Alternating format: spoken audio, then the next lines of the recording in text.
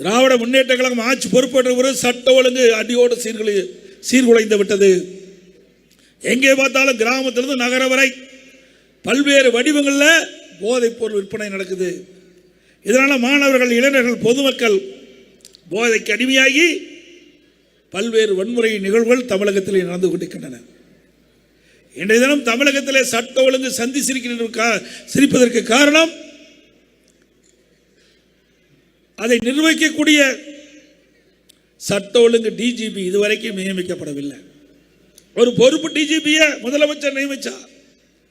அவர் உடல்நிலை சரியில்லை என்று மருத்துவமனைக்கு சென்று விட்டார். அதற்கு ஒரு பொறுப்பு டிஜிபியை அமைச்ச அரசாங்கம் தான் விடியா திமுக அரசாங்கம். ஆக சட்ட ஒழுங்கு பாதுகாக்கக்கூடிய மிக உயர்ந்த பொறுப்பில் டிஜிபியை நியமிக்க முடியாத அவல ஆட்சி இந்த ஆட்சியிலே பார்க்கிறோம். அப்படி எப்படி இந்த குற்ற நிகழ்வுகளை கட்டுப்படுத்த முடியும்? அது தலைமை பொறுப்புல இருக்கின்ற அதிகாரியே இல்லை.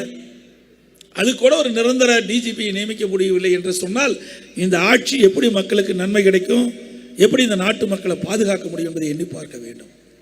மீண்டும் அதிமுக ஆட்சி வளரும். நம்முடைய சேலம் மாவட்டத்தில் ஏராளமான திட்டங்களை கொண்டு இருக்கிறோம். மேட்டூர் சட்டமன்ற தொகுதி, மேச்சேரி, ஓமலூர் 4 வழிச்சாலை சிறப்பான சாலை. நான் வந்தேன்.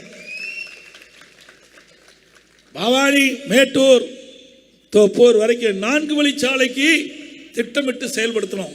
இந்த ஆட்சியாளர்கள் அதை இருட்டடிப்பு செஞ்சு இருக்கிற சாலையை ஒரு பக்கத்துக்கு ஒவ்வொரு மீட்டர் அகலப்படுத்தி இருக்கிறாங்க. இதுதான் இந்த ஆட்சியுடைய சாதனை. மேட்டூர் நகரத்திற்கு அங்கே பாலம் வேணும்னு கேட்டாங்க, கட்டி கொடுத்தோம். பாதாள சாக்கடை வேணும்னு கேட்டாங்க, கட்டி கொடுத்தோம். அங்கே குளத்தூருக்கு கூட்டு குடி திட்டம் வேணாங்க கொடுத்தோம். மேச்சேரி நங்கவழி கூட்டு குடி திட்டம் கிராமத்தை பிறக்கிற பொருள் கிராமத்தில் வாழ்கின்ற பெண்களுக்கு எவ்வித சிரமம் இல்லாமல் பாதுகாக்கப்பட்ட காவிரி தண்ணீரை கொடுத்தது அதிமுக ஆட்சி. நங்கவள்ளி மேச்சேரி கூட்டு குடி திட்டம். ஆக மக்கள் என்னென்ன எதிர்பார்த்தார்களோ அதையெல்லாம் நாங்கள் செய்து கொடுத்திருக்கின்றோம். திமுக ஆட்சியில் ஒரு துரும்ப கூட கிள்ளி போடல. மேட்டூர் சட்டமன்றத்தில் ஏதாவது செஞ்சிருக்காங்களா? சொல்லுங்க, செஞ்சிருக்காங்களா? ஒட்டுமொத்த தமிழகத்துக்கே கிடையாது. சேலம் மாவட்டம் முழுவதும் நிறைய திட்டங்களை கொண்டாந்து நிறைவேற்றுகிறோம். இன்றைக்கு ரயில்வே கூறுக, இன்றைக்கு ஓமலூரிலிருந்து எடுத்தா மேட்டூர் வரைக்கும் அங்கே போக்குவரத்து இடையூறாக இருக்குது. ரயில்வே கடவுக்கு குறுக்க பல உயர்மட்ட பாலத்தை கட்டி கொடுத்தோம். இது அதிமுக ஆட்சியில் கொண்டு வந்த திட்டம். இப்படி பல திட்டங்களை கொண்டு வந்து நிறைவேற்றப்பட்ட அரசு மீண்டும் கொண்டு வருவதற்கு நாம் அத்தனை பேரும் பாடுபட வேண்டும். நம்முடைய கூட்டணி வெற்றி கூட்டணி.